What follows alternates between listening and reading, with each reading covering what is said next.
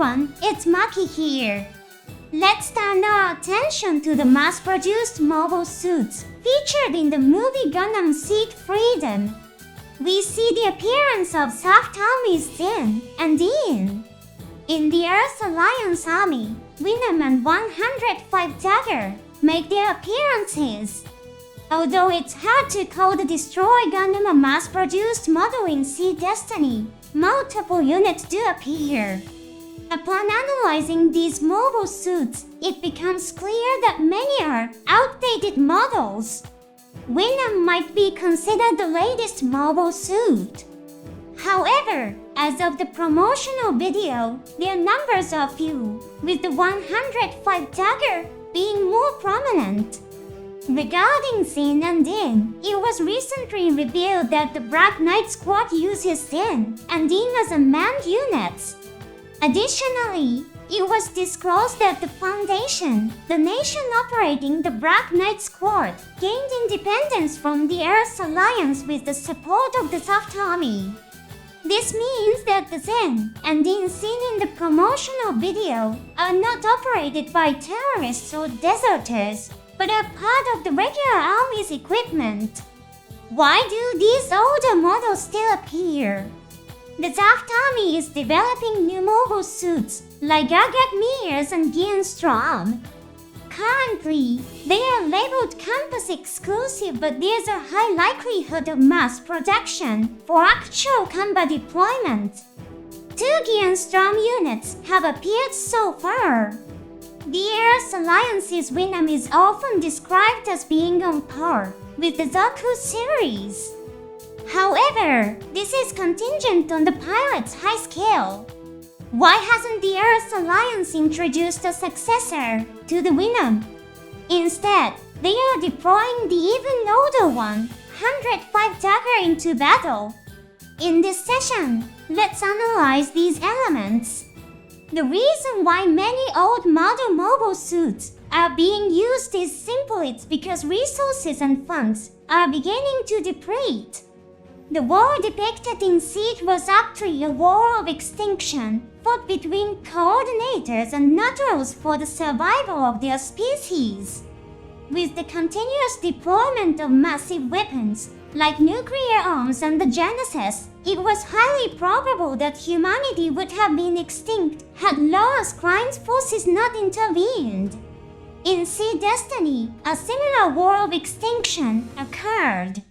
The fall of Journey 7 and the reintroduction of nuclear weapons are notable events.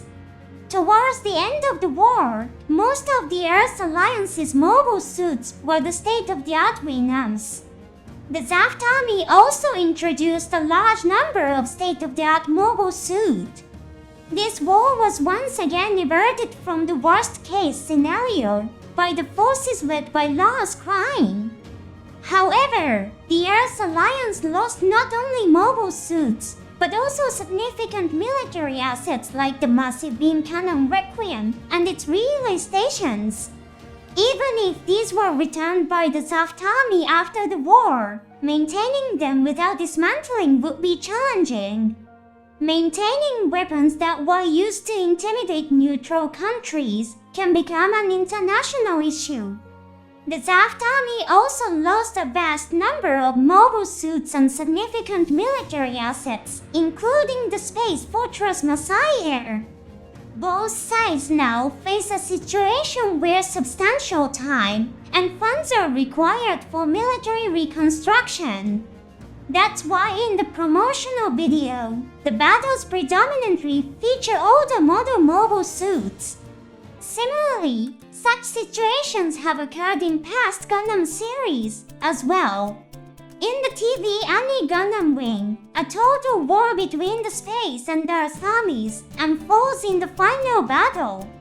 In this fight, Zex Marquis leading the Space forces and Treats Kashueisha leading the Earth forces fought with the same ideology. They were close friends who could understand each other's thoughts without the need for collusion. Their goal was to ingrain the largest and worst war in the sphere into people's memories, to teach the folly of war as a lesson and evoke a spirit of peace. They were not mere idealists.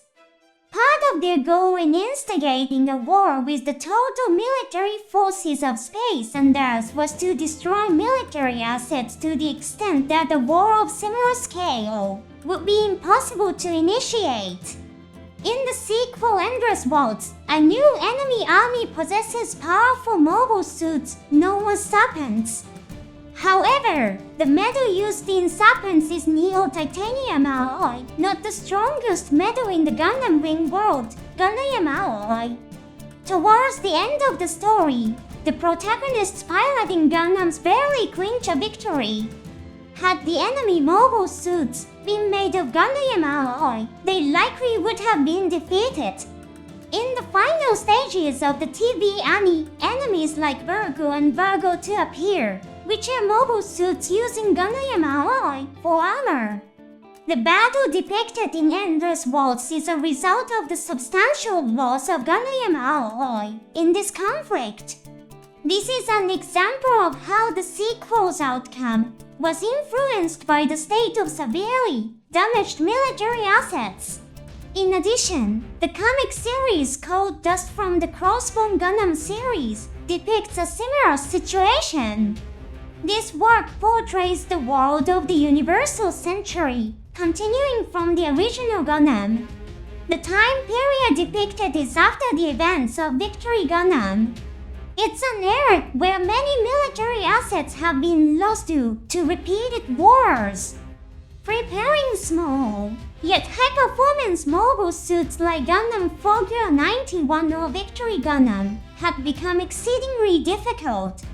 Many characters appear who assemble and operate mobile suits from the vast amount of debris drifting in space due to the wars.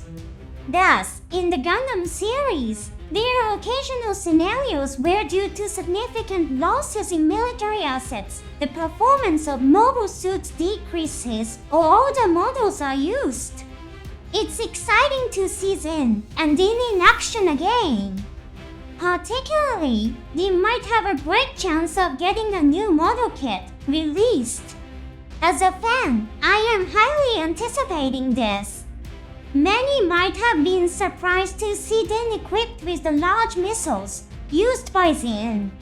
In the CTV anime, DINN is depicted flying while carrying the damaged Dual Gundam Assault Shroud. Moreover, it escapes unscathed from a massive explosion at the Earth Alliance base caused by Cyclops. The weight of the Dual Gundam Assault Shroud is 103.47 tons, DINN weighs 37.33 tons. Although the Dual Gundam has damaged legs, more than half of its body remains. At the very least, it would weigh more than DINN. The TV anime shows that DINN is capable of high-speed flight while carrying a body heavier than itself. Equipping DINN with the large missiles used by GINN should be easy. Let's hope the new model kit includes these missiles. I'm truly looking forward to seeing how the old model mobile suits will perform in the movie.